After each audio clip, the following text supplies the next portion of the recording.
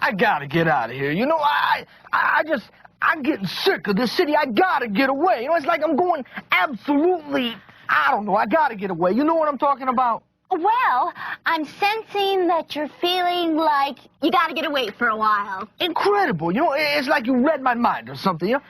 What would I do without a friend like you?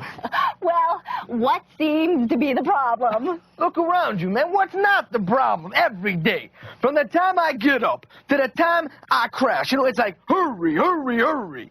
I took the bus the other day, right? I gotta run 3 blocks just to catch it, and then it takes a half hour to go the next 3 blocks. I should have just kept running. Oh, well, traffic can be pretty bad. And people are so rude, okay? I accidentally bumped into this guy the other day. Happens all the time, right?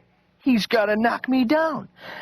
Actually, shoves me down on the ground. Oh, well, if it were me... All right, hey, I spilled some Snapple on his tie, right? But it was a dumb-looking tie. Oh, well, I don't know. People are so rude. Well, actually, I've met quite a few nice people here. I need a break.